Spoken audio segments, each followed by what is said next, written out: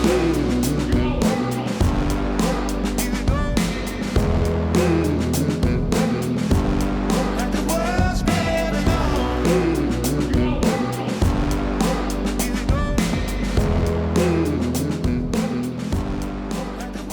got a special episode here with Headgears to Handshakes. I'm here with Dr. Mclaughlin. He is a neurosurgeon, an author, a public speaker, and maybe most importantly, the founder of Trenton Youth Wrestling. Welcome to Headgears Podcast. Thanks. Delighted to be here. Well, the first thing I like to do is just talk about your wrestling background. How did you get started? What drew you to wrestling? What kept you in wrestling? And what has the sport meant to you? Scotty, I was waiting for the handshake. We do. You're right. You're right. Yep. So let's do this. We got one early, first, but we got to get one on camera. All right, good. Oh, that's a good one. Good to meet you. That's a good one. Good Precision on that. Good to meet you. Precision on that. I want to talk more about handshakes in a little bit, but Okay. I think the question was something, how did I get involved in wrestling? Yep. Well, I was a younger brother. My two older brothers wrestled at a high school in New Jersey called Pingree, and I just followed in their footsteps. But fortunately, I had a chance to train in the wrestling room in Millburn, New Jersey, and I had an amazing youth wrestling coach, several, but one most influential was a guy named John Ceruto. And John was, other than my parents and my grandparents, he was the most influential person in my young life. He just really, really got me turned on to wrestling. And so I was privileged to do that. And then I wrestled at Pingree, went on to William and Mary, and then had to put my shoes down and get to medical school. So it was a great run. And did you do all 4 years at William and Mary? Yeah, I actually redshirted a year, so it was a total of 5, and it was just a wonderful experience. In fact, our team is just so tight. We still meet every year at the NCAAs. Last year we had 40 at William and Mary wrestlers at the NCAAs watching the tournament. And that program got dropped a couple years after you graduated. Is that right? I know, it did. It was heartbreaking. But, again, like what does wrestling teach you? It teaches you, you're going to have events that happen in your life, and then you have to respond to them. And that's what the outcome is. And that's what I've always thought about. Like, life throws these things at you. You have to figure out a way to respond to them and then alter the outcome of the event. So right now, the environment is changing. I think the possibility for getting wrestling back at William & Mary is growing as we are building programs and as women enter wrestling, which is the best thing that happened to wrestling in the last 50 years. And so, we're thinking about it. We're thinking about how we can revisit that with the administration. It's not time yet, but we'll be ready when it is. And obviously learned a lot of lessons being on that wrestling team. How would things have been different if it didn't have wrestling when you were there? Oh, wow. I mean, if I had just competed in high school and not college, well, I mean, the lessons were ingrained very early. And I think there's many, many lessons you learn from wrestling. But for me, what really stuck out was the discipline, the partnerships, and the resiliency. So, first discipline, like and I coach little kids now. So to teach them, like, hey, if you practice this single leg 100 times over the weekend and come back to practice on Tuesday, you're going to be a lot better at it. And that's a really powerful lesson for a youngster when they actually do it, when they follow through. And I talk to them about, making promises and keeping promises. Ask them, like, how do you gain power in your life? You gain power in your life. Power is the ability to produce the results you want to produce. And the way you do that is by making promises and keeping promises. So if you can instill that in kids early and they realize, hey, if I practice this move 100 times and come back on Tuesday, I'm going to be a lot better at it. That's a powerful lesson. Is there maybe a lesson that stands out to you, like a specific one, even if it's a moment or if it's long-term in your career that maybe a coach gave you or, another athlete gave you that you just hold with you today? Sure. I mean, that's the second one, partnership. I mean, wrestling, very early on, I remember hearing my coach say, you're only as good as your partner. Your partner is somebody who's going to push you and bring you to the next level. And so it's a really unique relationship between partnership and competition in wrestling. Because when you're on the wrestling mat, in the wrestling room training, you are going as hard as you can, whether you're first, second, third string, to make that person you're wrestling with the very best. And it's so true. You're only as good as your partner. But when the whistle blows and the match is over, you also have to learn that you got to check that competition at the door. And interestingly, some wrestlers don't learn that very well. And what happens is, if you take that competition to other areas of your life, gets in the way. It doesn't work. It's not workable. So it's wonderful in the practice room. It's wonderful in the arena, and I'm a huge believer in it. That's a win-lose or a zero-sum gain kind of concept.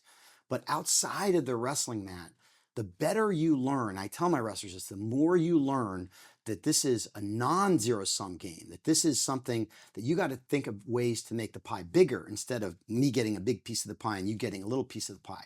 And if you can learn that lesson to check that competition at the door when you're making a business deal, when you're making a partnership with a friend, when you're involved in a relationship with someone, and in your marriage, you can't use that competitive mindset. Wrestlers who really learn it, I can think of a couple like Mike Caruso, John Bardis, Tim Ferriss. These are guys that were competitive in their wrestling, but then off the mat, they realized, hey, how can I make this bigger so that everybody benefits? That's a huge lesson to learn. That's great. Let me ask, because you're extremely unique, and there's a lot of wrestlers that are extremely unique that do really well in wrestling, that have competed in college, and they go out and they do great things in the professional world. How did you balance those goals? How were you able to focus on wrestling but also have these life goals? I mean, did you know you wanted to be a neurosurgeon? Did you know you wanted to be in where you are now, where you're giving back to so many different people? Did you have both those goals at the same time, or was there a switch? Well, when I was a young boy, my idol was my grandfather, and he was a general surgeon in West Orange, New Jersey. And I wanted to be just like him. I mean, I followed him around on rounds. I carried his black bag. He used to make house calls, and I would go on house calls with him. And so I knew ever since I was a little kid, like that's what I wanted to do. And I just see that wrestling just gave me the tools to do that, to achieve that. And it just made me a much better physician in the long run, because it leads me to the third thing, resiliency. So the third major lesson that wrestling taught me is resiliency. I mean, I've lost a lot more state championships than I've won. I mean, most wrestlers have, right? And after you lose that thing you've been working so hard for, that's so heartbreaking to not achieve what you want, you got to go back and say, all right, I got an English paper due on Monday. I got an exam on Wednesday. I got a business to run. I got whatever it is. You got to move on and keep going. So that resiliency component is really huge. And I was thinking about just the other day. I mean, a couple years ago, the hospital was courting my practice and another practice for a large service line. It would have been a transformative event for my practice to grow in this one area. And I worked so hard to get that contract so that they would actually employ us. And we got turned down. They went with the other group. And I just thought the next day, I was like, man, I spent so much time on this. This is so frustrating. What am I going to do? All right, how am I going to get better? How am I going to be, provide better service than them? And ultimately, so the next time that contract comes around, I'm going to be the group that they want. And that's what wrestling builds into you. It teaches you that resiliency. It teaches you that when you lose on the mat, you still have other things. It's just a game, like Coach Sanderson says. It's just a game. And you got a game of life, which is a much bigger game to play. So let's talk about that bridge between, playing that game of wrestling and then transitioning into your professional life. How did you get from point A to point B? What were the steps? What was the mindset? What were the connections that were made to get you from point A to point B? Well, through college, I chose to be a philosophy major. I wanted to have a well-rounded background. I was really impressed I saw you English. I think, I'm a big believer in liberal arts. I mean, I really think that if you can think, write, and speak, you're going to go far in this world. So nothing against the sciences. I knew I was going to be doing sciences my whole life, but I wanted to kind of experience the rest of the college world. And I had a wonderful coach in college who really kept an eye out for me and gave me a lot of great advice. And in the early freshman year, he said, listen, I don't want you taking these pre-med really, really hard classes like physics and calculus. Like take them your sophomore, your junior year. Slow it down a little bit. It may take you 5 years to finish, but you want to go into those classes at an advantage from the other students. So as a freshman, you're learning your college lifestyle. You're learning to live away from home. You're learning what college professors want, which is very different from what high school teachers want. You're learning how to play a new sport at a totally different level. All those things you've got to assimilate. Why are you going to take on a super duper challenging academic load? So my advice to people who want to go into medicine and they want to compete at a Division I level or even a Division III level, take it slow in the beginning. Focus on getting your routines down, getting your habits down, and then take on those pre-med courses that you need to take. Once I got finished and I got into medical school, I mean, it was challenging, but it was nothing like collegiate wrestling. It was nothing like, watching your weight and getting up early to go for an extra run and going to a tournament and being told, like, instead of starting at 10, you're going to start at 12, and then you got to reset your mind. And all the things that happen in college wrestling definitely prepared me for medicine. And then when you get out there and you're practicing, again, fall back on your resiliency. I talk about in my book. I mean, there are some really, really challenging, sad, heartbreaking experiences that you have in medicine. And how are you going to respond to them? Are you going to respond to them with anger and disgust and sarcasm, or are you going to embrace them and say, "Hey, how can I make this bad event? How can this make me a better doctor? How can this make me better for the next person? What can I learn from this so that I can do a better job next time?" That all came from wrestling. So, what's something that you've learned as a surgeon that anyone else can apply to whatever they do in their life, whether that's a business owner, finance, a welder? What's something that you've learned that they can use tomorrow? So, it was great. You mentioned the West Point football team earlier, and I did. I had a seminar where the coaches came down, and in one day I taught them three neurosurgical maneuvers, one step in an operation of 1,000 steps. And what I told them was, we're going to do some simulations here, and you're going to come into an operating room on a model. It's not a real operation, but it's going to seem real, and you're going to need to perform in something you've never done before. And so pay attention. And I spent a few hours teaching them things about neurosurgery. And the things I taught them were the rules that you learn as a resident. First rule I learned from Dr. Janetta, who is a great leader at University of Pittsburgh, is never cut what you can't see. So he was under the microscope, he was working on somebody's brainstem, and he was moving a blood vessel, and literally being 1 or 2 millimeters off could cause that person to have a stroke, have them never be able to speak again, or even die. And he was humming. He was humming and totally relaxed. And he said to me, "Never cut what you can't see." And he was cutting the little tissues to free up this blood vessel. So I thought about that. I'm like, never cut what you can't see. He said, "Yeah, whenever you're closing those scissors, you better make damn sure what's between those blades." Well, that's an allegory for life. So I say that to business owners. Like, when you're making a decision, understand what kind of influence and impact you have on another person's life. Sometimes as a leader in a business, you may say something off the cuff that you don't really think about, and they remember that. They remember that your whole time. I've had that experience come back to me. And I remember an employee that, when I did a 360 evaluation, and I have, you send these things out to all your people that and you want to hear like feedback. I've heard employees say, you said sometimes they're positive things, but sometimes they're not positive things. And sometimes you gotta realize, wow, everything I say makes an impact. So, and interestingly, the Latin root for decision is cut. If you break it down, so you're cutting, you're making a decision, you're cutting, or you're dissecting, you're freeing something. So number one is never cut what you can't see. The second one I always, and I taught the football coaches, was always leave a drain. And that's a rule in neurosurgery. We leave a drain, it's like a safety valve. So when we finish the surgery, we leave a little tubing that allows for oozing to come out and be collected. And then at the bedside, maybe the next day or 2 days later, we pull that tube out and you're done with the surgery. But sometimes there's some oozing there. And if you close everything and the oozing doesn't come out the tube, it can put pressure on the brain and the person can get sick really fast. So always leave a drain. Well, that's an allegory too. That's always have a safety valve. If you're coming into a meeting and it's not going the way you want, maybe you need to abort. Maybe you just say, "Listen, this isn't going the right way right now. Let's just, our tempers are flaring. We're not thinking coolly and collected." And this is a pre-planned, like, going into Pre-planned this meeting, safety if things valve. ever go wrong, you have this plan to get out of it. Exactly. Have a shortcut. Say, "Hey, listen, this isn't going the way." And sometimes I even do this with my wife. Like, if we have a discussion and it doesn't go the right way, I'll say to her, "Hey, can we have a do-over? I'd like to do a do-over," and it lightens things up and it kind of breaks things up. So that's another one. A third one I said to the coaches was, never worry about a patient alone.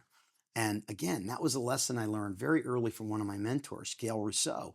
And I thought about it and like, wow, like never worry about anything alone. If you're worried about something, share it with somebody, get a different Mhm. perspective. There's no reason to be thinking about a problem and worried about it alone. So it's those kinds of lessons that I think totally apply exactly to neurosurgery, but they also apply to business. That's interesting. So, as a business leader, how can you be careful not to be a negative Nancy, right? If you're sharing all your problems, and also how to not take everything on your shoulders. Like, where's that balance come in place? Because obviously, if every problem comes to that business leader and he shares every little thing, it's just going to weigh everybody down. How do you find that balance and what's okay to share and what's not okay to share?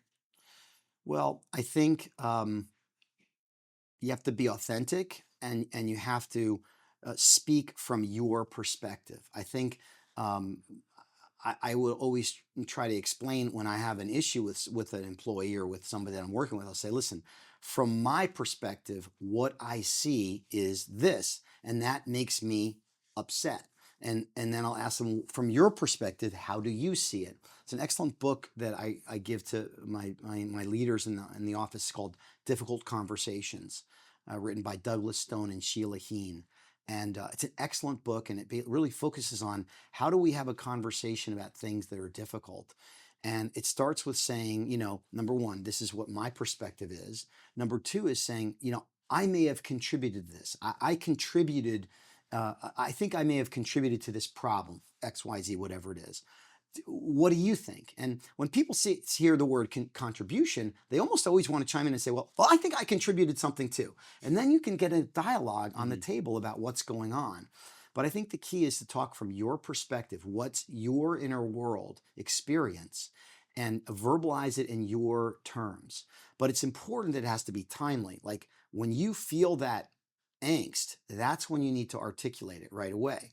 You articulate it in a timely fashion, clearly from your perspective, you get their perspective, and you ask how we can move forward with that.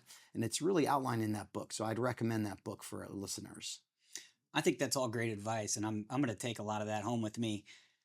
When you came up with this, did it help writing it down? Did writing these books, talking to people, doing some of these presentations, has that helped you come up with your philosophy or refine it and I change it over time? I have them written all over my weight room, all over my books, all over my desk. I have things taped up everywhere, quotes and Thomas Edison's quote, like, hard work. Most people don't recognize hard work because it comes dressed up in work clothes. All those things, I have them all over. I picked that up from Tim McGraw. Tim McGraw in his weight room, he has all these affirmations and he writes on his mirror, like all these different quotes and everything. And I saw Bruce Springsteen in his green room. He had pictures of all of the people that inspired him. And before he goes out on a performance, he has this energy that he channels from all these different people that have mentored him and that he looked up to. So I replicated that in my weight room. If you open up my planner, it has all kinds of inspirational quotes. I think you got to say it over and over again. It's like a mantra. It brings you to where you need to be. Well, you're already giving so much, right? As a brain surgeon, we'll talk about your nonprofit, Trenton Youth. But where does that come from? What drives that? Your want to give. I'm very fortunate in that early on in my life, I realized I want to be a servant. I want to be of use to other people. And I really see that that's where the greatest joy in life is. And I said this to my young kids the other day, like, yeah, I love that Nick Saban quote. You want to be happy for an hour, eat a steak. You want to be happy for an afternoon, go play golf. You want to be happy for a month, drive a car. But if you want to be happy long term, contribute to something so that it's meaningful and you make other people's lives better. And if you're missing, they're going to say, "Man, I wish that person was here today." If you can be that person, that's where the true lasting joy is in life.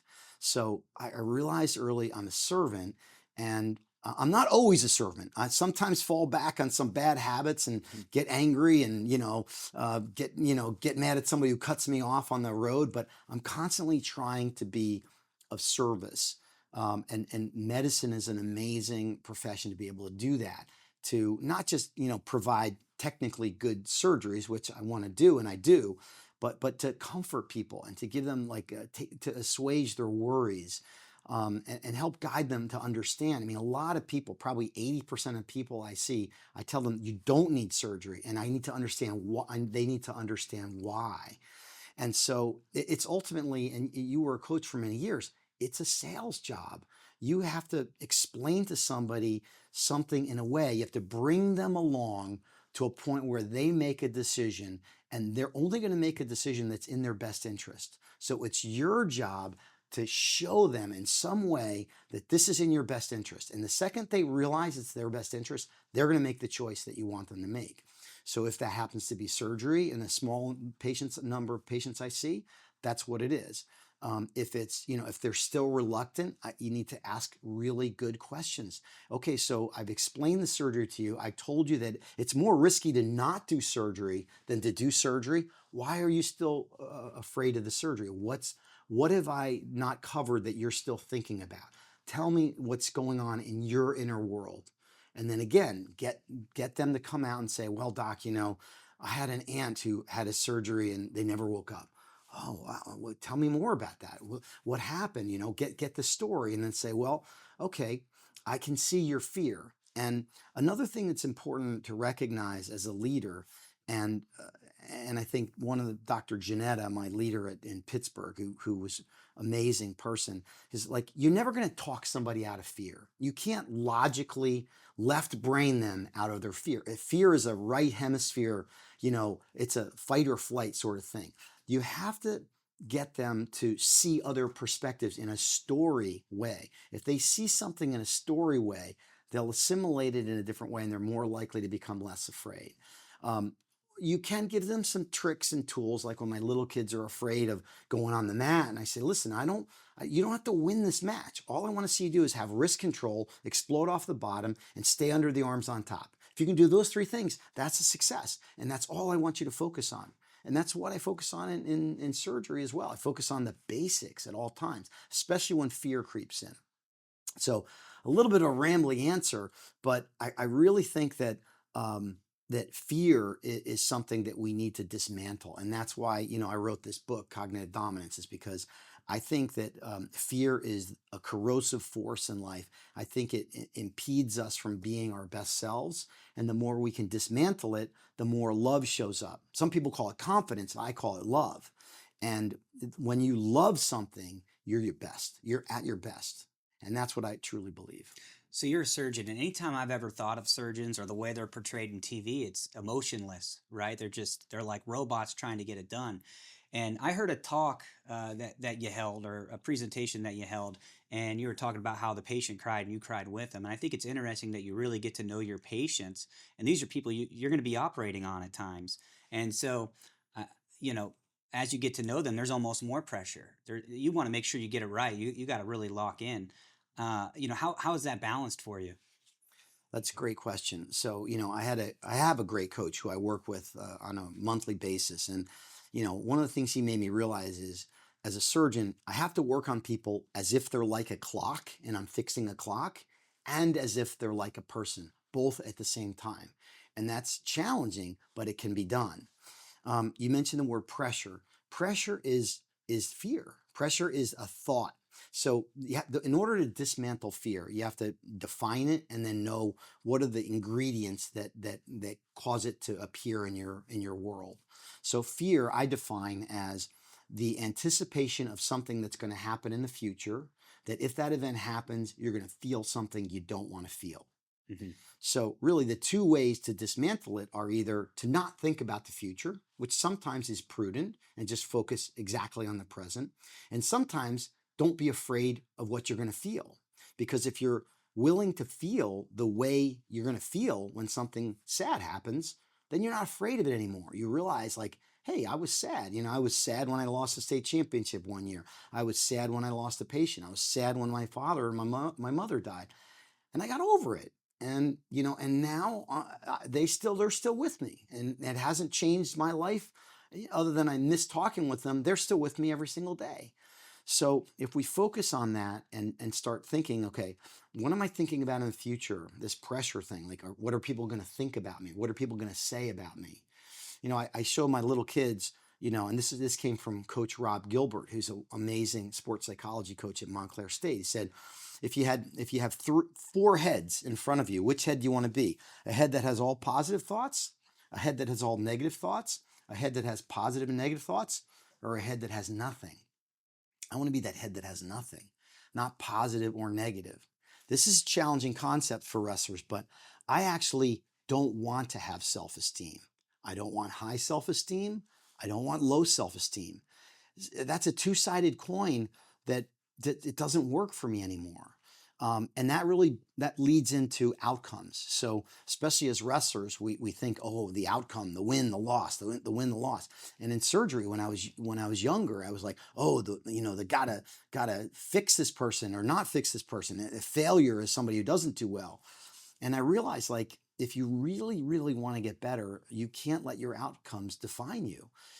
Yes, I have desirable outcomes, and yes, I have less desirable outcomes, but they're not good or bad. They're not reflective of me. In my book, I have this one patient who has this amazingly desirable outcome. And I think it's because I was such a great surgeon, and then I have another one where I did exactly the same. I was just as meticulous. I did all the things that needed to get done, and the poor kid had a less desirable outcome, and I felt it was my fault. And I realized, like, finally after 16 years that, like, no, it's not a fault. There's no blame here. Okay, you just do your job every day, and there are going to be people who do well, and there are going to be people who do not well, and make sure that you've gone through your after action reports and make sure there's nothing you can improve on, and then move on to the next person. And that's when I think your performance level raises very, very high. It just reminds me of, wrestling mindset, not to give him a little shout out here, but we have a guy, Jake Hunter, who's a part of that, and he's a WIBN member. And a lot of their discussions is exactly that, not focusing on the outcome, but focusing on the process. And I think you could use that for any business model, any profession.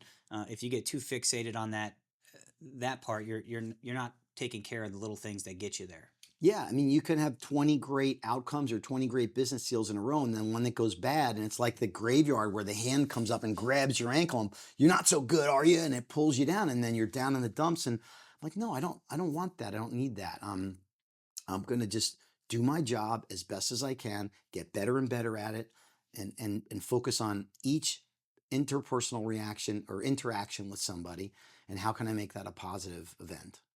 Well, talking about positive events, Trenton Youth Wrestling. I really want to get to know a little bit more about that. So just so you know, Brendan Buckley, who you hired on, which, I mean, that caught my eye. You have one of the head guys of Beat the Streets, which is this enormous organization that's done a lot of really, really good. And you got the head guy to come here for little old Trenton, Yeah. And so I just want to learn more about it, what you're doing, what kind of difference you're making. What do the numbers look like? Have you been able to track some of the progress? Just tell me more about it. Great. So, I mean, it started when I came to Princeton in 2002. There was no youth wrestling coach, and Mike New asked me to take on the youth program, and it was perfect because I had 3 boys who were wrestling. So, started coaching at Princeton, and I just loved coaching the kids. And as I said, my youth wrestling coach was a very, very influential person for me. I wanted to be that person for them. So, as I was coaching there, I began to learn, how to get the youth to really understand to be a scholar athlete. I wanted them all to be scholar athletes, not just good wrestlers.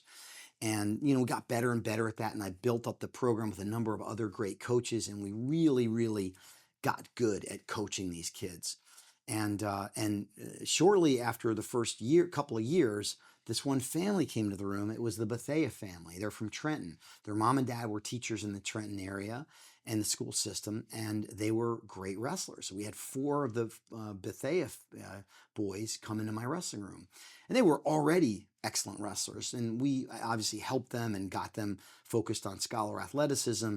And it was just an amazing experience. But they came to us because there wasn't a wrestling opportunity for them in Trenton.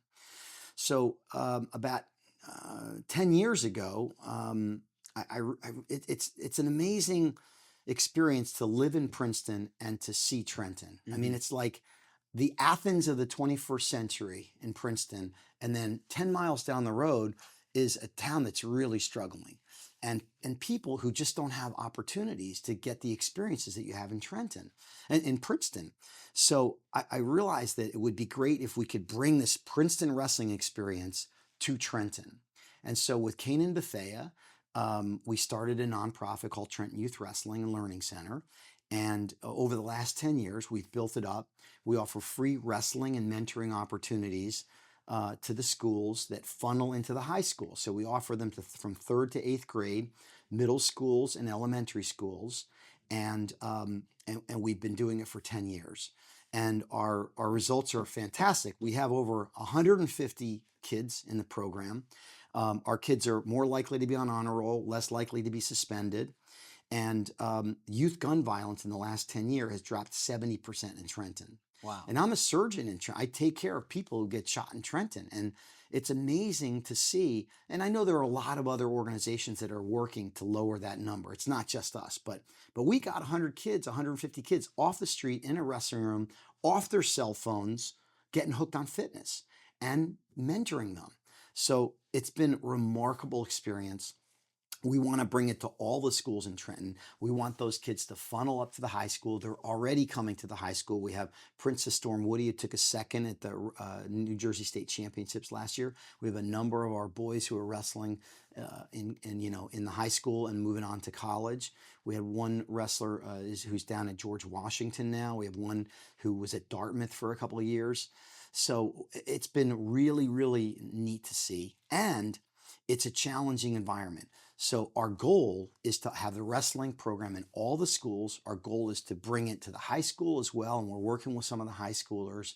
And our goal is to build a facility where kids can come and get a workout, get a warm meal, have a place to study, and have an environment of excellence. And that is our mission in the next 2 to 3 years, to build a facility in downtown Trenton where kids can go and have that academy experience. And it's becoming a reality. We've raised about $3.2 million. We want to raise 10. We're going for 10, and we're going to build that facility. So if I'm watching this and I understand what's going on in Trenton and the difference you're making, and I want to be a part of that, how do I get involved? Check us out on our website, TrentonYouthWrestling.org. Follow us on Instagram, Trenton Youth Wrestling. We just had an event with Bo Bartlett and Chloe Ayers on Saturday. We had 220 wrestlers. We had Atlantic City with us. We had East Orange with us. We had Pleasantville with us. It was a great event. It was just a great event. And the kids had a great time. And then we had a little interview session with Bo and Chloe and Ray Bethea, another one of the young men that I coached in Princeton, who's now our director of operations. He's an amazing coach, and he had a question and answer session with Chloe and Bo, so the kids got to hear what it's like to be, a champion, and also to see that, like, hey, the people sitting here being interviewed, they were sitting where you were just a few years ago. And so to have Brendan, who has all that experience, help guide us in the next level of scaling our organization is remarkable. We've got the right people in place. And I just can't wait for it to happen. I want it to happen right now. I'm working as hard as I can to make it happen. So let's say I'm listening to this podcast and there's just things you said that resonated with me or them, and they just want to learn more. How do they learn more about you or catch more of your presentations? So my website is markmclaughlinmd.com, and you can get a lot of content on that. And my YouTube is mclaughlin.md, as well as my Instagram. And, I do post excerpts from my book. I post philosophy that I've read. I'm a big fan of Marcus Aurelius, so I pass on any wisdom that I get. I'm sharing it with people around me because, one, I assimilate it better, and two, it's even better to share. Well, good. I know we're running on our timeline here, so I just want to thank you again for coming in, giving us a peek into the mind of a brain surgeon. And, I got to give you your ranking. I think it's the highest ranking yet, 9.9 handshake. So last thing about handshakes, business concept too. Yep. In wrestling, I've wrestled some wrestlers who give you the cold fish. Oh, yeah. And I've wrestled some wrestlers who try and manhandle you. When you're trying to make a business deal, meet that person's handshake with the exact amount of resistance. Because when you're shaking hands with somebody, you don't want them thinking of anything other than partnership. If I'm squeezing your hand, you're thinking, oh, this guy's trying to overpower me. If I give you a cold fish, you're distracted. You're like, oh, I wouldn't expect a handshake like that.